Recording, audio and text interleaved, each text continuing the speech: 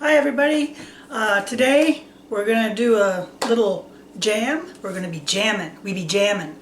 It's actually a collaboration with a bunch of other channels. We're doing a JAMboree. So I'm doing a blueberry lemon jam today. To give you a little bit about this JAMboree, it's a collab with several other channels.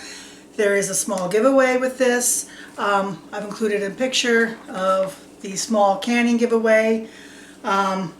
It's actually a nice kit. It's canning jar set with a jar rack and lid canning starter kit essential, reusable, eco-friendly canning jars kit. So I've included a picture of that so you can see what you can win. And the other channels that I'm doing this with, this was arranged by Prepper Potpourri. Mary Ellen's pretty cool, and she rounded the rest of us up. So we're each doing different recipes, jam recipes, every day for the month of August. I'm doing 2 this month. This is my first one, and then I think it's the 20th, I'm doing an apple jelly. So the winner is going to be picked from random comments from one of the JAMboree videos on August 31st. So all the other participants in our JAMboree, their links are going to be in the description below along with the recipe for this. Make sure you check them out, comment. You'll have a chance to win this nice little canning set, starter set. The other channels besides Mary Ellen's Prepper Potpourri and myself, of course, is Tuli Creates, Deep South Homestead with Wanda, Diane the Canning Nana, Gemini Homestead, Homestead Dad, Jenny Go, Sutton's Days, and Vicky's Country Home. I think many of you will recognize those channels. They're all really great channels that I've always enjoyed for a long time, and certainly for the years now I've been on YouTube. Check them out. They have so many good recipes and good tips and stuff. You know, I've watched Wanda at Deep South Homestead for years. Vicky's Country Home is another one. I mean, most of them I've watched for a long time. So show them some love and support, get some new ideas, and comment on the videos. And you have a chance for a really nice little canning starter giveaway. So we'll get to this. This is about as simple a jam recipe as you can get. I picked fresh blueberries here about a month ago, and I froze these and set them aside. I actually like freezing these for doing the jam because it concentrates the sugar a little bit more. But it's basically 4 ingredients, and that's it. This is so simple, and the rewards are amazing of how good this tastes. So join me. I'm doing a blueberry lemon jam.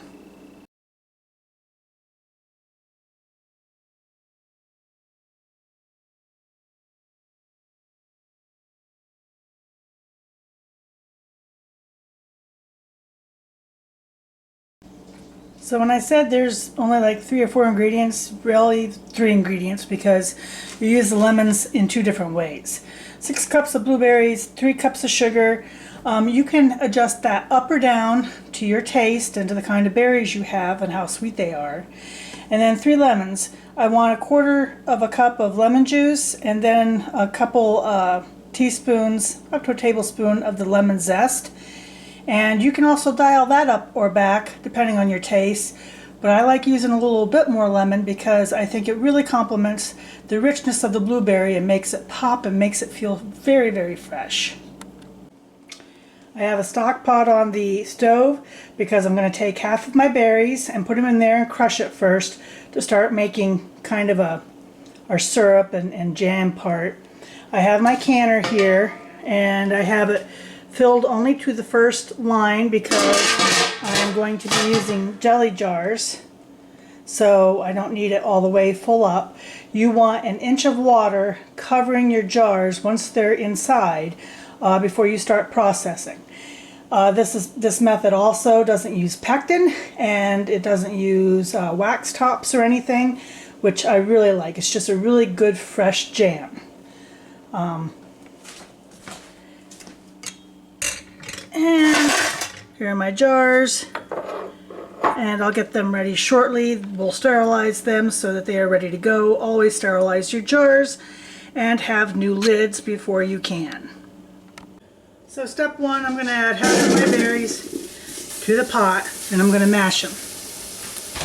And I mean, just simply go like this. Get them mashed good.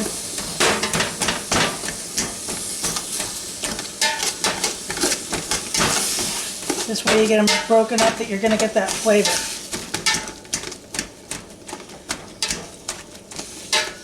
And we're going to bring this up to a boil. Then we'll add the rest of the berries, the lemon juice, and the lemon zest.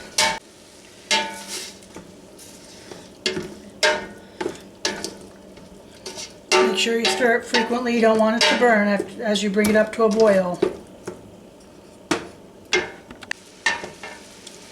So it's coming up to a boil. I'm going to add my sugar.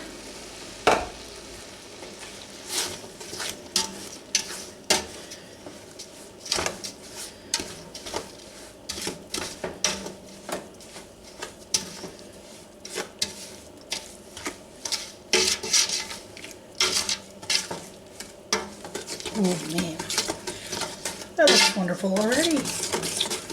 Let that dissolve before I add in the rest of the berries. We'll zest in some lemon.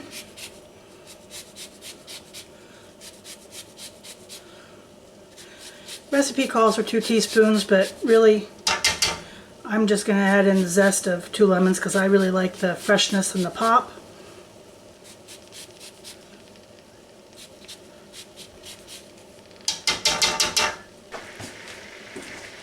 And then I'm just going to add the juice of 2 lemons, which is roughly, it's a little better than 1/4 cup, but once again, I like the lemon.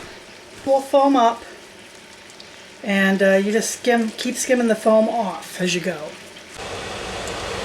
I'm also adding 1/4 cup of bottled lemon juice. And the reason that's important, besides the fresh lemon juice, is the bottled has a standard acidity where fresh can vary, and you will need that acidity instead of the pectin to help your jam gel. Now some people too, if this doesn't get as thick as they would like, they'll thicken it with a little bit of cornstarch. I don't do that. I take whatever it is as it comes. But so I've used the standard bottled, fresh, and the lemon zest to really make it pop. Let's come back up to a boil. I'm going to let it simmer for about 20 minutes and skim off the foam, and then we can put it in our prepared jars. Once again, sterilized, new lids, and I have my canner heating up. So this is pretty well ready. It's been over 20 minutes, and I'm going to skim off the foam, and we'll finish prepping our jars. Now, one of the other things I do is while the canner's heating up is I take a small saucepan like this with my lids, and I bring that up to a boil so that our lids are ready to put right onto our jars. Now, I always make sure the tops are nice and dry. Don't touch them with your fingers. You want to remember that you don't want to introduce bacteria into these. That's the whole point of this. So, you want to leave headspace. Oops, I guess. Here we go. Alright, so there we go. You want to leave headspace here. I'm trying to do this upside down. There we go. You want to leave headspace here. So I only fill up to this neck because you want that headspace to be able to have the seal.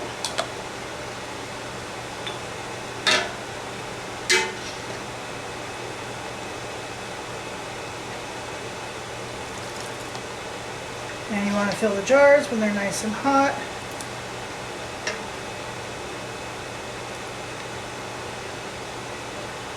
Canning is not hard, but you must pay attention to detail. And when you lift that out, be very careful so you don't get it all over everything else. And then your jar should look like this. You have the headspace, and we'll do another one.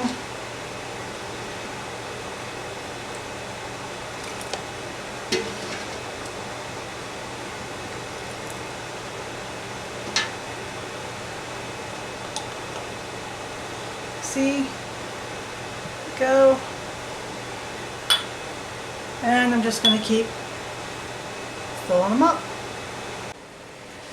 So that gave me 5 half pints here. And I go over the rims of all the jars. Make sure they're dry and clean. Then I'm going to take my lids. My hot lids. Took them off the burner. I bring the pan with the lids up to a boil so I know that they're good and hot. Like I said, we cleaned off the top so we know that they're all ready to go and nice and clean. And if you need to see this again, I've done other canning videos. I've done rhubarb sauce, chili sauce, PA Dutch chow chow. The chili sauce is PA Dutch as well. It's more like a sweet and sour relish. It's not what I know Southerners think of as chili sauce. Oh, what else? Pickled red beets. I've done. I've done a bunch of things. Make sure they're on centered. Like that.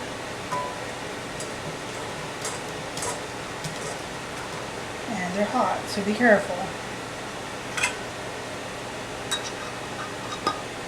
Okay, then we're going to screw on our lids nice and tight. Like that.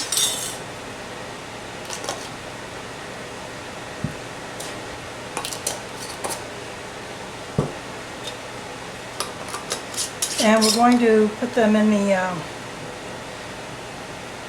basket for the canner. The canner is boiling and ready to go. So here's my basket.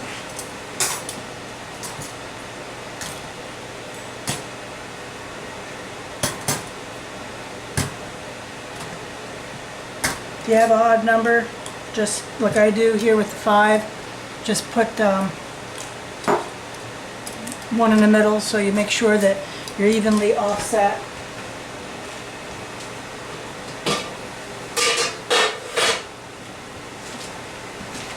And we're going to stick it in the canner.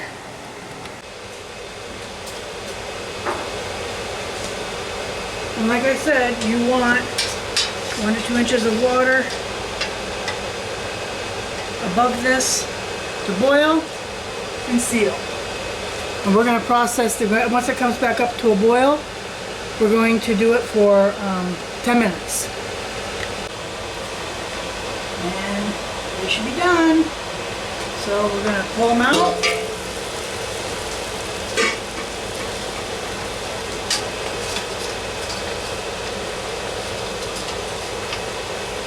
Shake the water off.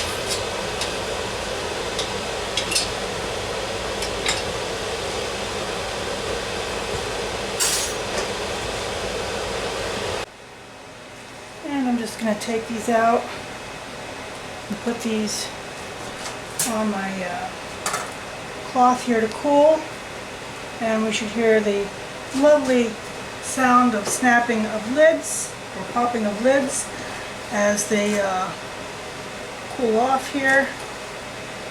It might take up to 24 hours for these to totally set.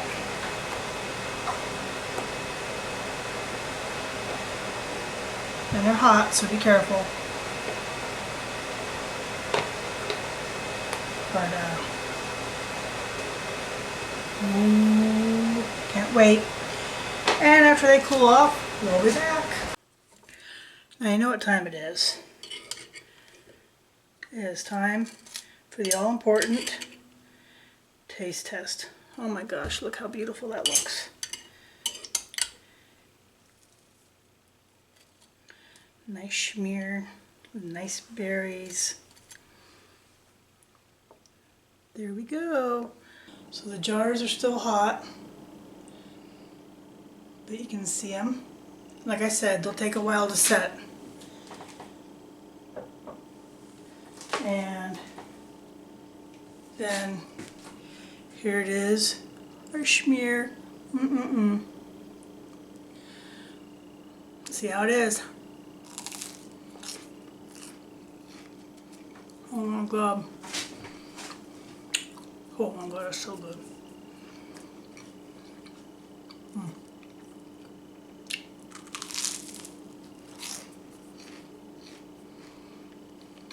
I don't do big jars of this because I would just sit and eat it all and that would be bad.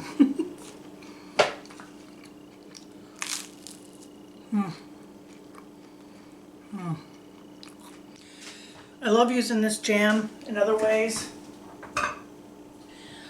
This was actually from a previous batch I just did not that long ago, so you can see what it looks like. I use these in my Linzer Torte cookies. There's a video on that. I use these in my mountain pies, video on that, and in Kiffel's cookies, video on that. They're great for these. The thumbprint cookies, it's so good. You can't beat the fresh berries. These are really nice sweet berries. That's why I didn't need to use as much sugar. Another note about this, if you're not using lemon juice, and including the bottled lemon juice, you need to use pectin or citric acid. You must have acidity to be able to can the fruits, and the acidity is what helps the fruit gel. So you need to have that in there for preservation purposes and also so that it sets up. I even add lemon juice now to when I'm canning my tomato products. I didn't used to because tomatoes used to have enough stabilized acidity that you didn't need to. But acidity levels in newer, I shouldn't say newer, but more recent vegetables have changed and not as stable. So I actually use bottled lemon juice even in canning my tomatoes and stuff now, which I didn't used to do. Couple other tips: store these in a single file. Do not double stack them. The pressure and weight of the jars above on the seals can end up actually basically ruining the seals, and then bacteria gets in and ruins your canned goods. So single layer only, don't double stack. I don't flip them on their lids. The same reason, you can actually end up ruining your seals. There's a lot of old ways of we did stuff, but there are some things that we know that are safer and better today, and that's one of them. So, blueberry jam, our JAMboree,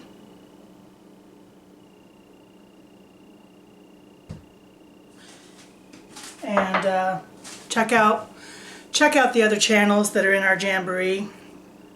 Once again, Tulilu Creates and Deep South Homestead with Wanda, Diane the Canning Nana, Gemini Homestead, Homestead Dad, Jenny Go, Prepper Potpourri, and Sutton's Days, and Vicky's Country Home. Do check out their channels. They're, like I said, they're really good channels. I've learned a lot from them over the years and really enjoyed interacting with them. Check out their playlist. They have a lot of good stuff.